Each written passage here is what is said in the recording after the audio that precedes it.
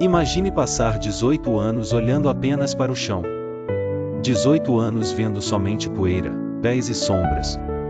18 anos sem conseguir olhar para o céu, para o sol, para o rosto de quem ama.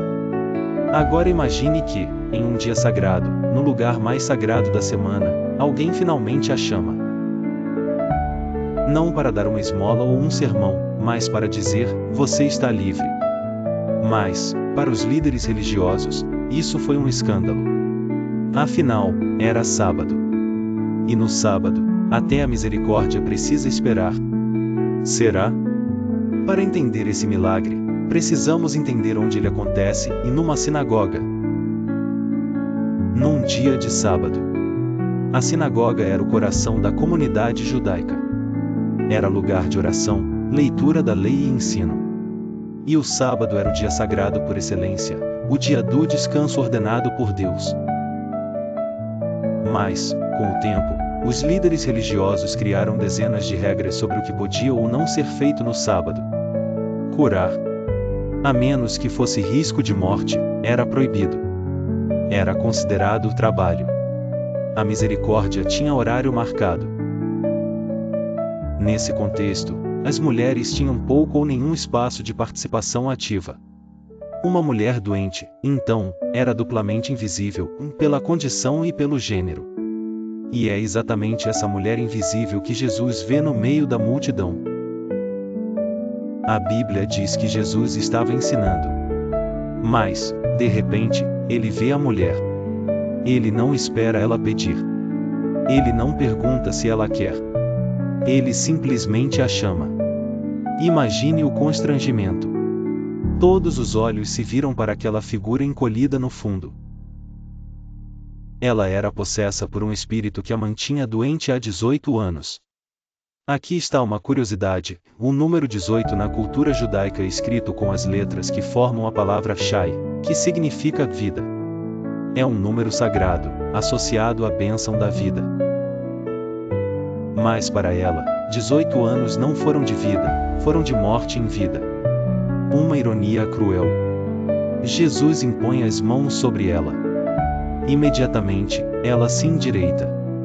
Pela primeira vez em 18 anos, ela vê o teto da sinagoga, vê a luz, vê o rosto das pessoas, e vê Jesus.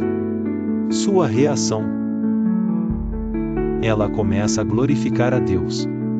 Ela, que era muda socialmente, agora louva em alta voz. Deveria ser um momento de festa. Mas não. O chefe da sinagoga se indigna. E, covardemente, ele não dirige a palavra a Jesus diretamente. Ele fala para a multidão, há 6 dias em que se deve trabalhar. 20. Pois, nesses dias para ser descurados, e não no sábado. Veja a distorção. Ele está tão preso à regra que não enxerga a vida sendo restaurada diante dos seus olhos.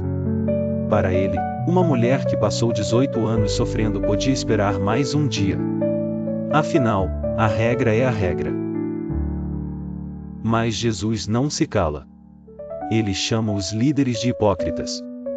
E usa a lógica deles contra eles mesmos. Qual de vocês, no sábado, não desamarra o seu boi ou jumento do estábulo para levá-lo a beber água? O argumento é arrasador.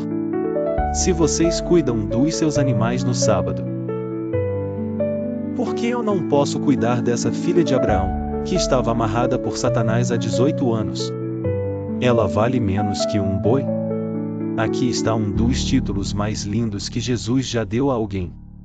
Ele a chama de filha de Abraão. Isso é extraordinário. Filho de Abraão era um título comum para os judeus. Especialmente os homens, lembrando que eram herdeiros das promessas. Mas filha de Abraão? Isso era raríssimo.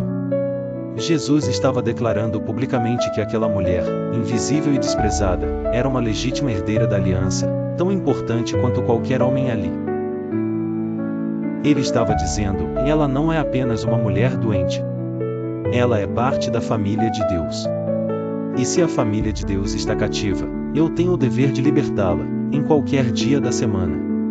Jesus devolve a ela não apenas a saúde física, mas a identidade e a dignidade. Essa história nos confronta com uma pergunta: o que está te mantendo encurvado? Pode ser uma doença, uma mágoa antiga, um pecado, um trauma, ou até mesmo uma religiosidade que te prende mais do que liberta. Há 18 anos, aquela mulher estava presa. Mas no dia certo, no lugar certo, Jesus a viu. E ele não se importou com as regras humanas quando se tratava de restaurar uma vida. O que precisa ser desamarrado na sua vida hoje? Se inscreve no canal, ativa o sininho e compartilha. Um grande abraço e até o próximo vídeo.